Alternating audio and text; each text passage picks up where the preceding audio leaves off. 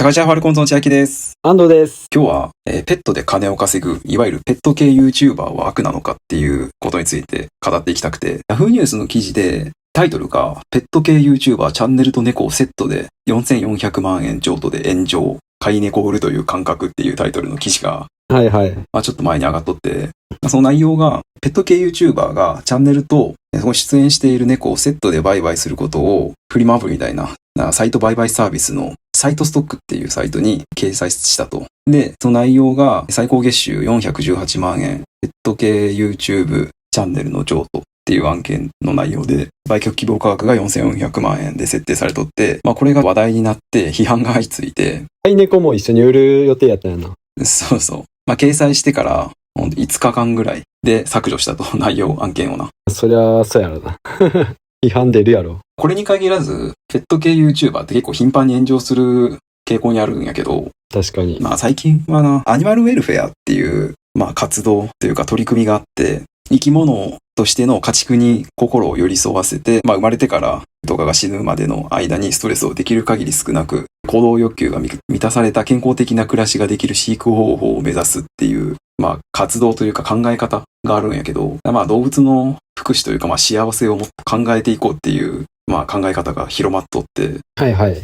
そういう人たちからペット系 YouTuber とかが目をつけられたり、この人たちは畜産とかも結構批判したりするんやけど、そういう人たちの意見とかがアンチとしてぶつけられたりもしとんのよな。こうペット系 YouTuber に対して。で、具体的にペット系 YouTuber が炎上した事例を紹介していくと、炎上したペット系 YouTuber の代名詞とも言えると思うけど、もちまる日記っていうチャンネルがあって。結構有名やな、この人。多分ペット系 YouTuber の中でもトップの人なんじゃないかな。そうやな。その人気もすごいけど、炎上する回数もすごいチャンネルで、このもちまる日記がなんで、そんなに炎上しとるかっていうと、何回も炎上しとって、その内容が、もちまるっていう飼い猫が、人間用のトイレで排泄した姿を撮影しとって、その猫が落ちてしまった際にびちょびちょに濡れた姿を撮り続けて炎上したりとか、飼い主の友人から預かっていたひよこをもちまるっていう猫の前に近づけたりとか。ひよこが危ないな。うん。そう、ひよこが危ないっつって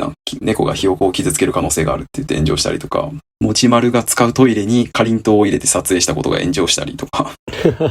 何でもありやな。猫の排泄物に見立ててかりんとうをトイレに入れたことで、食べ物を粗末にするなとか、そもそもトイレに食べ物を置くってどういうことやみたいな感じで炎上したっていう。これに関してはちょっとこじつけな感じはあるけど、それ以外にも猫にそのカップうどんの容器で作ったエリザベスカラーをつけて、危ないやろっていう。エリザベスカラーってその猫が怪我した時とかに自分でその怪我した部分を舐めたりせんようにするために首に巻くやつなんやけど、それは本来それ用にエリザベスカラー用に作られたものをつけなあかんのに、どん兵衛かなんかのカップうどんの容器を首につけて、炎上したと。結構ちょっと狂気やなと思ったのが、新幹線内でその猫をケージから出して、それを撮影しとって、で、その飼い主は、その JR 側からその許可を取った上で、ケージから出しとるって言っとったのに、実際には許可取ってなかったのかな。許可しやんやろ、JR 側もさ。そういうわけないよな。っていう感じで、本当アンチがひどい。X にアンチ専用赤みたいなのがあるぐらい、もちまる日記を叩くためだけのアカウントが存在しとるぐらいアンチが多いんやけどな。他には、釣り系の YouTuber で、釣りをしとるときに、海に落ちとる猫を発見して保護して、で、そっから完全に猫系 YouTuber に転身したチャンネルがあって、これ俺でも知っとるな。海っていう名前の猫なんかな。で、拾った時の海に落ちとる猫の様子を撮影したりして、その動画が、緊急時に動画を普通回すかみたいな感じで。そうやな。で、その後の対応がもう完璧すぎて、その猫をわざと、その海に落としたんじゃないかっていう疑いがかけられとったり。これはでも投稿主も猫を発見するところからの動画を公開してないから、その疑惑が晴れてない。確かにな。その後の活動がもう全部最初から仕組まれとったかのような感じの、チャンネル解説とかさ、すでに出来上がっとったりさ、うさんくさいよな。そうやな。グッズ販売したりしてるしな。そう。あと猫を世話するためのアイテムというかグッズとかも揃っとって、保護した後に。で、それは実はその猫を拾う前から用意されとったもんじゃないかみたいな。領収書出せとか言われとって。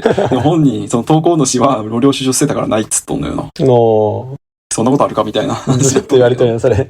なんで領収書出さないんですか。あと、タイピー日記っていうチャンネルで、これは保護猫を、チャンネルに出しとったんやけど、なんかテレビにも出たりしとったんやけど、なんか保護猫を保護してから、まあ、何ヶ月か経って、その猫が死んでしまって、死んでしまったのが、テレビ出演とか、そういうので、ね、猫を連れ回したせいじゃないかみたいな。ああ、猫もストレス感じるからな。炎上して、でしかも、その猫が死んですぐに、スパチャ付きのそのライブ配信をして、集金したんや。それも炎上して、そうそう、香典を稼い取ったみたいな。香典だ。とか、猫が死んでからすぐにまた別の保護猫を飼い出したとかな。もっと喪に服せよっていう、まあ、アンチコメントが。確かにな。まあ、結構こういうさ、猫 YouTuber にさ、アンチが多いのって、まあもちろん嫉妬もあると思うけどさ、猫を動画に出して、金儲けの道具として見られないような、なんか行動するから、こういうアンチっていうのが湧いてくるんやろな。確かに金稼ぎが目的じゃないっていう風な体を取るからな。うん、そうそうそう。わざわざ、さっきの話じゃないけども、自作自演でもさ、取り高とか取りたいがために、虐待まがいのことも申し付け取る動画もあるやん。グレーやんな。そ明らかに虐待っていうわけじゃないんやけど、そうそう。猫が嫌がるんじゃないかっていうような企画とかをしたりしてるような。本当に緊急事態やったらさ、動画とかも回しとる余裕とかないと思うよ。そらそうやわな。さっきの猫が溺れとる時とかもそうやけど、だからこういうのがやらせっていうくくりで見られるってのが、まあ現状やと思うよね。でも逆に猫でお金稼ぐっていうことを表に出していっても、それはそれで批判の対象になるやんな。なるなる。ペットで金を稼ぐとはどういうことやっていう層がおるわけやん。おー。それが、まあ、ペット系というか、まあ、動物で金を稼ぐ YouTuber が悪かどうかっていうと、うん。まあ、俺は別に悪ではないと思う。いろんな稼ぎ方あるからな。一つの手段として。動物をその見せ物にして稼ぐっていうのは、まあ、動物園とか水族館とか、もっと言えば、まあ、ペットショップとかブリーダーだって猫をコンテンツとして、まあ、お金を稼ぐビジネスだから、それ言うとまあ、その辺も全部もう世の中からなくなった方がいいっていう話になってくるからな。まあ確かに極端なこと言えば。犬とか猫を飼うっていうことは、その維持費っていうかさ、ね、餌代とか周辺のアイテムというかグッズを揃えたりとか、病院代とか、いろいろお金がかかるから、そのためのお金を稼ぐこと自体は、まあその稼げてなかったらな、その猫もその十分に満足のいく生活ができなくなるから、それ自体は別に悪くない。まあそもそも金ないのに猫や犬を飼うなっていう意見もあるかもしれんけど、より良いな、猫の環境を整えるために、まあ、お金を稼ぐっていう目的もあるかもしれんから。まあ確かに。それは、そう。ただ動画の企画として、本来猫がやらんでよかった企画というか行動とかを動画で金を稼ぐためにやらせるっていうのは、まあ、猫の気持ちとかを考えると、まあ、良くないわ、とは思う。まあ確かにな。例えば、もちまる日記がさ、なんか最近、猫に炭酸水を飲ませるっていうか、炭酸水を間違って飲んで、その反応が可愛かったみたいな動画を上げて、ちょっと炎上しとったんやけど。これももうほんと最近、1日2日前の話やからな。猫に炭酸水が飲ませるっていうか、まあ飲めるような環境を作っとんのも、それは結局動画のためやからさ。わざわざ。動画なきゃやってないやんな。ない。普通の猫の生活において炭酸水を飲む機会はないからな。なんかスイカを与えたりとかもしとったけどな。なんかわざわざその動画のため、動画前提っていう条件で猫をまあ見せ物にして、その反応とかさ、嫌がった仕草とかを撮って動画を作っとるって考えたら、それはそれで虐待に当たるからな。そうやな。だから人間のエゴやっていう意見があるやん。そのペットで金を稼ぐことが、自分が金を稼ぐ目的で生き物を利用することがエゴじゃないかっていう意見もあったりするんやけど、まあ、それを言うと、まあ、ペット自体がもう人間のエゴやん。確かにな。愛玩動物っていうんかな。ペットを飼うこと自体がもう自分のために飼っとることやからな。だからまあ、それに関しては、エゴ。まあでもそこでペット飼うことによってさ、なんか癒しとかさ、そういうプラスに働くんやったら全然ペット飼っていいと思うけどな。まあ、それは、まあ、ペットを飼うこと自体はな、別にそんな。全然もちろん。まあ、エゴではあるけど。否定する問題じゃないしさ。ただこういう動画でやっぱ思うんやけど、保護猫の拾ってきましたとか、多すぎ多すぎる。保護猫っていうキーワードがさ、コンテンツがさ、キラーワードじゃないけどさ、簡単に集客するためのワードになっとるよな。保護猫って検索したらもう似たようなチャンネルがさ、もう乱立しすぎてさ、そんなに世の中に保護猫を拾ってきて動画を投稿しようって思うんかな。タチが悪いのかさ、まあこういう動画ってやっぱ再生数がすごい回るんよね。そうやな。単発でもさ、もう数十万再生とかやっぱり見てしまうよね。ペットで稼ぐ方法とかもあるぐらいやからな、そういうのを教えとるウェブサイトとか情報詳細もあるからな。そうやってさ、保護猫を拾って世話するだけで、まあそんな何十万再生されて収益化になって簡単にお金が入るってなったら、自作自演してでもやろうっていう気持ちもわからんでもないけどさ、それにしてもやで。金稼ぐためにペットを飼うっていう人もおるかもしれんし、その気持ちがわからんでもないけどな。それにしてもじゃない。ペットの日常とかをな、動画がなくても、そうそう。動画が撮ってなくても、その猫が本来しとった行動とかを撮影してあげとんのやったら、別にペット自体に負担はないからな、何人もそれやったら。それは別に誰も不幸になってないし、むしろ見とる側の人が幸せで、なおかつ投稿した人がお金が稼げてな、ウィンウィンではあると思うけどな。俺もさ、正直猫動画全然見んけどさ、全然自分の知らないそのサバンナの野生の動画とか、なんかリアルタイム映像とかは俺見るもん、めっちゃ。面白いよな。面白い面白い。生態が知れるというか、人間では考えられないようなその行動を取ったりするのが面白いと思うけど、そのペットの日常投稿系ってさ、絶対ネタ切れになるやんな。ずっと同じ様子やからな、基本。マンネリ化するよな。だってペットの日常って面白いことで正直そんな頻繁に起こるもんじゃないやんか。普通の生活しとったらな。そうやな。だから飼い主は触れ合えるから一緒におるけど、見とる側からするとずっと同じ様子見とったらさすがに飽きるしな。そうそう。だからやっぱり飼い主の手による、演出とか過激な内容にどんどん移っていくんやろうな。結果猫のストレスとかだけが高まっていくっていう。保護猫とかをさ、あげてさ、お金を稼いどる人たちってさ、お金を稼ぐ目的で猫を飼い出したのか、猫を飼っとってそれがお金になるから YouTube に投稿しだしたのか、どっちが先なんか気になるよな。確かにな、どっちなんやろな。YouTube 前提やとしたらすごい批判がありそうやな。例えばこの YouTube がもう収益を剥がして、もう猫 YouTuber もうお金落としませんってなった時にさ、それでも何人が続けて動画投稿するかやんな。本当に猫好きな人やったら収益化関係なく動画を投稿すると思うねんな。自分の可愛いペット見てほしいっていう欲はあるはずやからさ。見てほしいのと記録に残すとかな。SNS とかにもさ、生き物のペットとかの写真あげる人はおるからさ。ただ今のこの乱立しとる保護猫チャンネルのやつらは、収益が剥がされた時点で、もうパタッと投稿やめると思うんだよ。そうやろな。その猫たちがどうなるかは心配やな。まあ確かにな、金儲けの手段のために猫を飼っとった奴らからしたら、金が稼げやんくなった、もう目的が果たせやんくなった道具みたいなさ、感じやんな。もう野生に返すんじゃない？本当物のように扱ってる感じやんな、それと。どれぐらいの割合が金稼ぐことを先行して動物を飼い出したのかっていうのはわからんけど、ペットでお金が稼げるっていう今なプラットフォームがある以上は、そういう人がおるのは避けれやんよな。まあ避けれんと思うよ。この先も。虐待になるんかな。子供でな、お金を稼ぐYouTuber もおるけど。まあ、おい。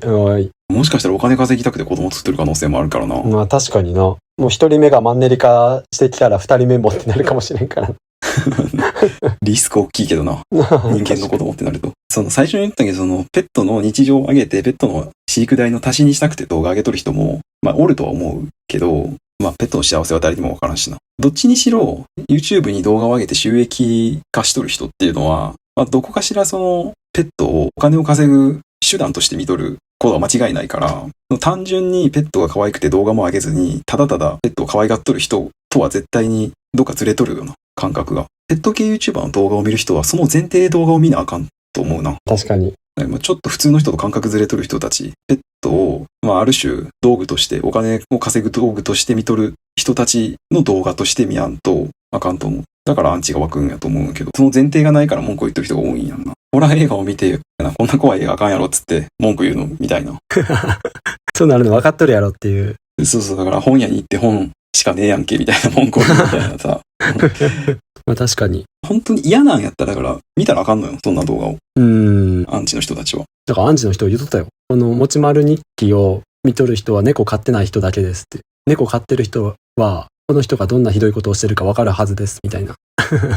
だから猫飼っとる人からしても、さっきの虐待行為っていうのは目に余るひどいことをしとるんやな、みたいな。でもそれで、猫 YouTuber のもちまるが一番トップ層やから、それに追随する猫 YouTuber ももちまる日記を参考にしとるんか分からんけど、どんどんその影響を受けて、そういう過激な動画を回し始めると。でも収集つかんくなって。そういう虐待まがいの動画がいっぱい上がってしまうってことやな。一部こじつけというか、根拠のないアンチもおるとは思うけどな。絶対おる。絶対、やっぱり、ただの嫉妬。嫉妬もあるよな。絶対ある。